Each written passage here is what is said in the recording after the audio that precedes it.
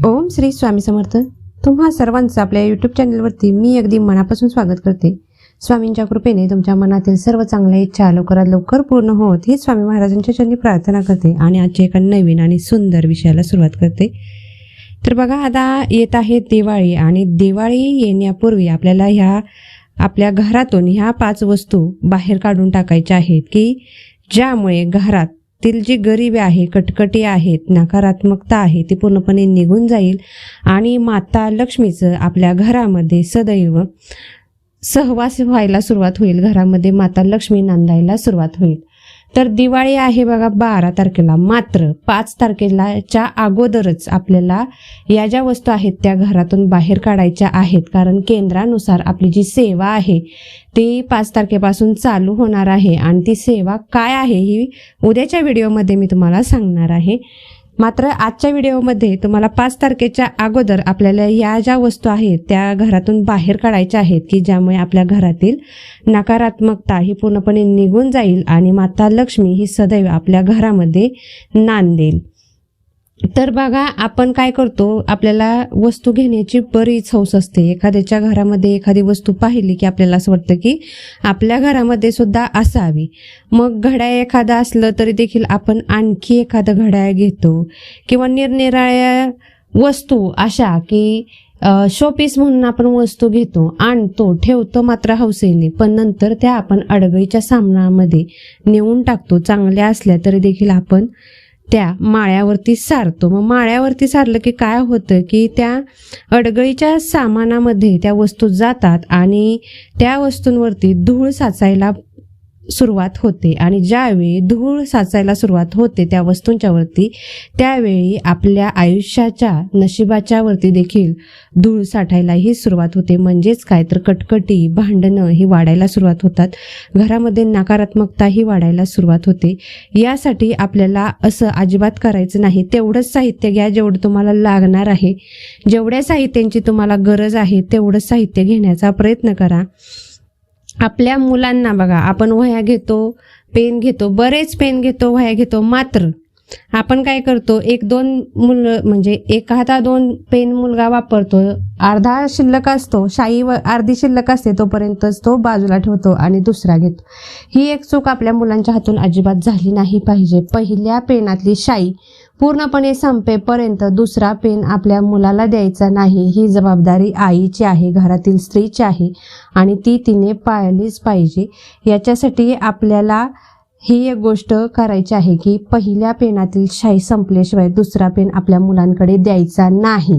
कारण देखील मी तुम्हाला सांगते, पहिला पेनामध्ये थोडीशी शाई शिल्लक असेल आणि नंतर दुसरा पेन त्याने वापरायला घेतला की पहिला पेन तसाच पडून राहतो आणि तो पेन देखील त्याच्या आयुष्यावरती प्रभाव टाकायला सुरुवात करत असतो. मग ती सिस पेन्सिल असो, पेन असो, कोणतंही साहित्य, मुलांना एकच साहित्य घ्या. भरमसाठ साहित्य अजिबात घेऊ नका. तेवढंच घ्या जेवढं आपली मुलं वापरतील. टाकून आणि रिकामं जर त्यांनी थोडा वेळ वापरलं आणि नंतर ते साहित्य तसंच राहिलं, त्याच्यावरती धूळ साचत राहिली किंवा 6-7 महिने ते साहित्य नंतर वापरातच मुलांनी घेतलं नाही तरी देखील त्यांच्या अभ्यासावरती प्रभाव हा पडायला सुरुवात होतो. त्यासाठी आपल्याला अशा ज्या काही वस्तू आहेत ना मुलांच्या की जी मुलं वापरत नाहीत, मग त्या वह्या असू द्यात, पुस्तकं असू द्यात, एखादं गाईड्स असू द्यात, जे काही शाळेच्या उपयोगीच्या वस्तू आहेत मुलांच्या, ज्या मुलं आत्ता सध्या वापरत नाहीत, अशा वस्तू आपल्याला घरातून बाहेर काढणं गरजेचं आहे. कारण तरच आपल्या मुलांचा विकास होणार आहे आणि मुलांचा विकास झाला तर आपल्या घराचा, आपल्या कुटुंबाचा हा विकास हा साहजिकच व्हायला सुरुवात होतं. तसेच आपल्या घरामध्ये एकच घड्याळ ठेवा. जास्त घड्याळ असतील, 2-3 घड्याळ जर असतील तर ते एकत्रित ठिकाणी लावू नका. प्रत्येक रूममध्ये एक घड्याळ लावण्याचा प्रयत्न करा मग. आणि प्रत्येक घड्याळ हे चालू राहिलं पाहिजे.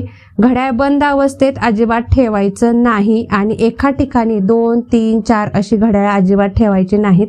तसेच घरामध्ये बंद पडलेलं घड्याळ, तुटकं फुटकं घड्याळ हे अजिबात ठेवायचं नाही. पूर्णपणे हे घरातून बाहेर काढून टाकायचं आहे. तसेच घड्याळ जर तुम्ही आपल्या घराच्या ईशान्य कोपऱ्यामध्ये जर लावले तर तुमच्या घरामध्ये पैसा यायला सुरुवात होतो आणि आलेला पैसा टिकवून राहायला देखील सुरुवात होतो. पुढील गोष्ट म्हणजे खूप महत्त्वाची आहे आणि ती म्हणजे कोणती, तर ती म्हणजे जाळ्या जळमटे. आपल्याला 5 तारखेच्या अगोदरच आपलं घर अगदी स्वच्छ करायचं आहे. काना कोपरा, बाथरूम, टॉयलेट सगळं धुवून एकदम स्वच्छ करायचं आहे. कारण 5 तारखेपासून आपली केंद्रातील सेवा, जसं की मी तुम्हाला मगाशी म्हटलं, ती सेवा चालू होणार आहे. 12 तारखेपर्यंत आपल्याला लक्ष्मी प्राप्तीसाठी महाउच्च कोटी ही सेवा करायची आहे, की ज्यामुळे आपल्या घरामध्ये वर्षभर धनधान्य पैसाही कधीही कमी पडणार नाही, कशाचीच कमतरता आपल्याला भासत नाही त्या सेवेमुळे. ती सेवा मी उद्याच्या व्हिडिओमध्ये तुम्हाला देणारच आहे.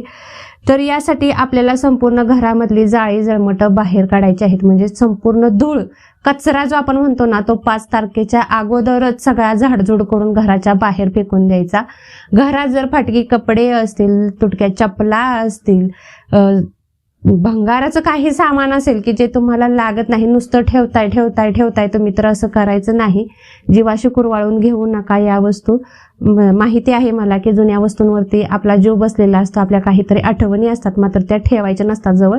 कारण त्या ठेवल्या तर आपला राहू आणि केतू हा खराब व्हायला सुरुवात होतो. शनी ग्रह जो आहे तो खराब व्हायला सुरुवात होतो आणि आपल्या आयुष्यामध्ये तो प्रभाव देखील दिसायला सुरुवात होतो. म्हणजे पैसा घरामध्ये न येणे, घरामध्ये वाद विवाद, कटकटी चालू होणे, घरामध्ये शांतता न टिकून राहणे, अशांतता, सतत असं भाकास घर वाटणे, असं व्हायला सुरुवात होतं. त्यासाठी आपल्याला हे अजिबात करायचं नाही. पूर्णपणे मोह हा सोडून टाका आणि त्या वस्तू घरातून बाहेर टाका ज्या तुम्हाला लागणार नाहीत, जे फाटके वगैरे कपडे असतील अशा. तसेच घरात गंजलेलं सामान अजिबात चुकून देखील ठेवायचं नाही. गंजलेल्या वस्तू घरात ठेवल्यामुळे हळूहळू आपला वास्तुदोष हा निर्माण व्हायला सुरुवात होतो वास्तूमध्ये, आणि घरामध्ये आपल्याला त्रास द्यायला सुरुवात होते. वास्तुदोष हा उत्पन्न होत असतो.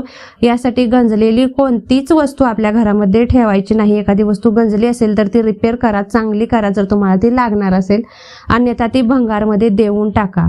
पितळेची भांडी, आता बऱ्याच घरांमध्ये जी पूर्वीची लोक होती त्यांची पितळेची भांडी असतीलच, तर पितळेच्या भांड्यांवरती अजिबात म्हणजे अजिबात हे धूळ साचून द्यायची नाही आणि स्टोअर करून किचनमध्ये तर अजिबात ठेवायच्या नाहीत या वस्तू. कारण या वस्तूंच्या वरती जर धूळ साठली तर तुम्हाला शनीच्या दुष्परिणामांचा सामना करावा लागतो. शनी ग्रह हा तुमचा खराब व्हायला सुरुवात होतो. त्यामुळे पितळेच्या तुमच्या ज्या काही छोट्या मोठ्या वस्तू असतील, निरांजना असो, पणती असो किंवा समई असो, तुम्हाला सांगते अशी छोटी छोटी पातेली असो, परात असो, जे काही पितळेची तुमची भांडी असतील ती एकतर स्वच्छ करून महिन्यातून एकदा, लक्षात ठेवायचं आहे, महिन्यातून एकदा स्वच्छ करून त्या ठेवायच्या आहेत. कितीही बारीक सारीक वस्तू असो, स्वच्छ करून ठेवायचं आहे. प्रति महिन्याला आपल्याला हे काम करायचं आहे. जमणार नसेल तर तुम्ही ती भांडी एखाद्या भांडीवाल्याला देऊन टाका, मोडीच टाका. मात्र तुमचा आणि तुमच्या कुटुंबाचा शनी खराब होण्यासाठी या वस्तू अजिबात घरामध्ये ठेवू नका. पुढे सगळ्यात महत्त्वाची वस्तू म्हणजे आपली कचऱ्याची बादली.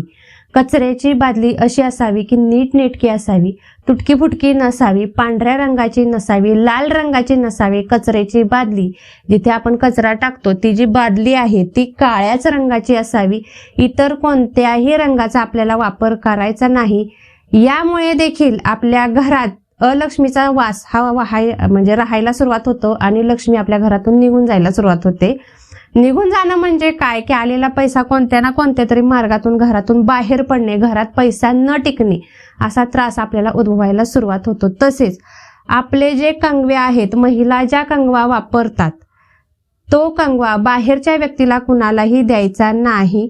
तो कंगवा जो स्वतःचा आहे तो स्वतःच वापरायला सुरुवात करा. घरात 4 व्यक्ती असतील तर 4 कंगवे करा. 4घांचे कंगवे वेगळे असावे. कुणीही कुणाचाही कंगवा वापरायचा नाही. यामुळे देखील लक्ष्मी टिकत नाही. शिवाय जी आपल्या डोक्याची त्वचा असते ती खराब व्हायला सुरुवात होते. म्हणजेच काय तर डॅन्ड्रफ वगैरे, कोंडा, नंतर केसांना फाट्या फुटणे, असं देखील आपल्याला त्रास व्हायला सुरुवात होतो आणि आपला शुक्र ग्रह देखील कमजोर होतो. यासाठी प्रत्येकाचा कंगवा जो आहे तो सेपरेट असावा. कंगवा शक्यतो लाल रंगाचा असावा. लाल, गुलाबी अशा रंगाचा कंगवा वापरणं अतिशय शुभ असतं. कारण कंगवा हा माता लक्ष्मीला अतिशय प्रिय आहे आणि आपला कंगवा आठवड्यातून एकदा नक्कीच स्वच्छ करावा. कंगव्याचा एकही दात खराब नसावा, तुटलेला नसावा आपले केस विंचरल्यानंतर कधीही महिलांनी उभे राहून केस विंचरू नये, खाली बसून केस विंचरावं, तरच आपल्या भावाची आणि पतीची प्रगती ही होत असते, किंवा अन्यथा यांची प्रगती होत नाही, आपल्या मुलांची प्रगती होत नाही. यासाठी प्रत्येक महिलेने उत्तरेकडे तोंड करून वेणी घालणं अतिशय गरजेचं आहे. केस विंचरणं अतिशय गरजेचं आहे, मात्र उभे राहून विंचरू नये. तर या गोष्टी आहेत की ज्या आपल्याला कटाक्षाने पाळायच्या आहेत. आणि आपली दिवाळी येण्यापूर्वी आपल्याला या ज्या वस्तू आहेत त्या घरातून बाहेर काढून टाकायच्या आहेत. तर सर्वांनाही माहिती आवडली असेल तर नक्कीच एक लाईक करा आणि चॅनेलवरती नवीन असाल तर सबस्क्राईब केल्याशिवाय पुढे जाऊ नका. आजची माहिती ही एवढीच होती. झालेली सेवा स्वामींच्या चरणी रुजू करते आणि आजचा विषय मी इथंच थांबवते. धन्यवाद. श्री स्वामी समर्थ.